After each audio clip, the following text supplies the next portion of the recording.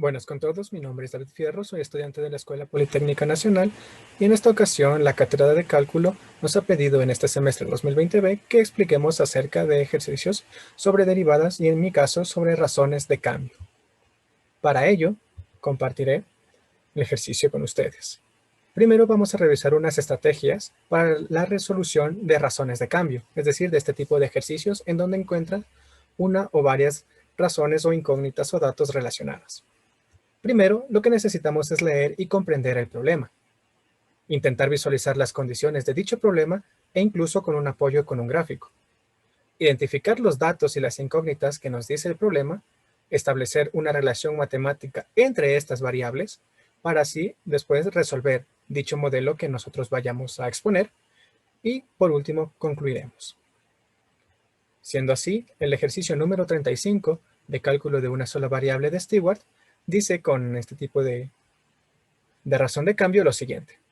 Si se conectan dos resistencias, 1 y 2, resistencia 1 y resistencia 2, en paralelo, como se muestra en la figura, entonces la resistencia total R, medida en ohms, está dada por la siguiente razón. 1 sobre la resistencia es igual a 1 sobre resistencia 1 más 1 resistencia 2. Si la resistencia 1 y la resistencia 2 se incrementan a razón de 0,3 ohms sobre segundo y 0,2 ohms sobre segundo respectivamente, ¿qué tan rápido cambia la resistencia cuando la resistencia 1 toma el valor de 80 ohms y la resistencia 2 toma el valor de 100 ohms?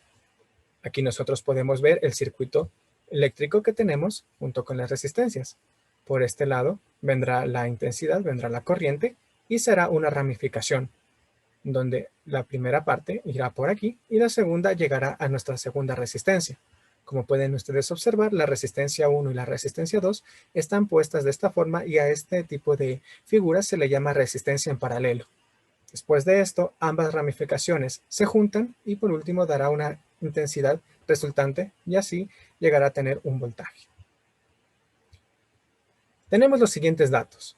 El primero es acerca de esta ecuación 1 sobre la relación entre la resistencia total y las resistencias individuales, siendo que el inverso de la resistencia es igual al inverso de la suma de las resistencias 1 y 2 respectivamente.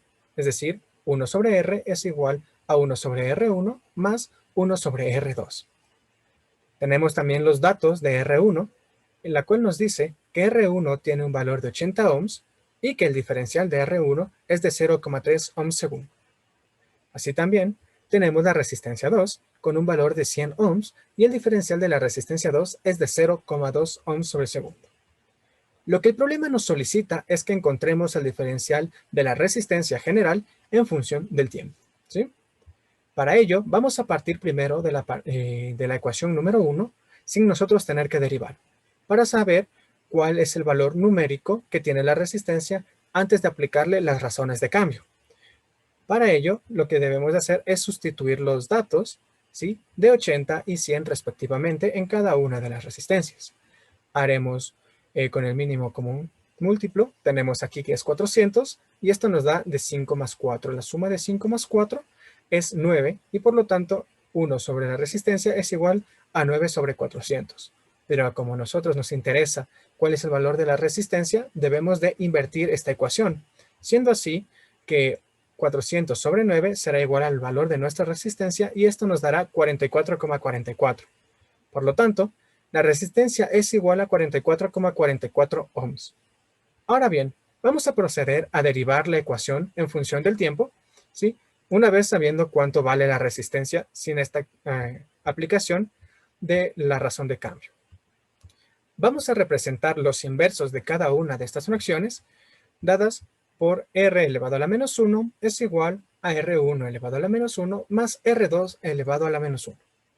Procedemos con las reglas de derivación, que estas dicen lo siguiente. El exponente que nosotros tenemos baja a multiplicar y nosotros debemos de restar 1 a este exponente, siendo así menos la resistencia elevado a la menos 2 por el diferencial de la resistencia en función del tiempo en este caso. Esto es igual menos la resistencia 1 elevado a la menos 2 por el diferencial de la resistencia 1 menos la resistencia 2 elevado a la menos 2 por el diferencial de la resistencia 2. ¿Sí? Todos estos pues van en función del tiempo, a razón del tiempo. Ahora bien, podemos nosotros volver a representar estos inversos para dejarlos en fracciones, y dicho de otra forma sería menos 1 sobre la resistencia total al cuadrado por el diferencial de la resistencia, y lo mismo pasará con la resistencia 1 y la resistencia 2 en esta forma. Ahora bien, podemos nosotros notar que tenemos menos en cada una de estas fracciones. Por lo tanto, nosotros podemos multiplicar por menos 1 o asimismo hacerlo a todo positivo. Siendo así que sería 1 sobre la resistencia total elevado al cuadrado por el diferencial de la resistencia en función del tiempo. Esto es igual a 1 sobre la resistencia 1 al cuadrado por el diferencial de la resistencia 1 más 1 resistencia 2 al cuadrado por el diferencial de la resistencia 2. Como a nosotros nos interesa en el problema saber cuánto vale el diferencial de la resistencia, nosotros vamos a multiplicar todo por la resistencia total al cuadrado. Siendo así que este despeje, ¿ya?, que tenemos aquí arriba, vamos a reemplazar los datos. Nosotros ya sabemos previamente, con lo que habíamos calculado, cuánto vale la resistencia, que en este caso es 44,44 al cuadrado. Vamos a reemplazar los datos de 80, de 0,3, de 100 y de 0,2, respectivamente a las resistencias 1 y 2 que teníamos en el problema anteriormente. Siendo así, por la propiedad distributiva, nosotros introducimos este 44,44 al cuadrado a cada una de las fracciones. Y al final, nosotros tenemos que el cálculo nos da que el diferencial de la resistencia en función del tiempo respecto al tiempo es igual a 0,13 ohms sobre segundo. Podemos concluir que la razón de cambio de la resistencia respecto al tiempo es de 0,13 ohms sobre segundo, que era lo que nos pedía el problema.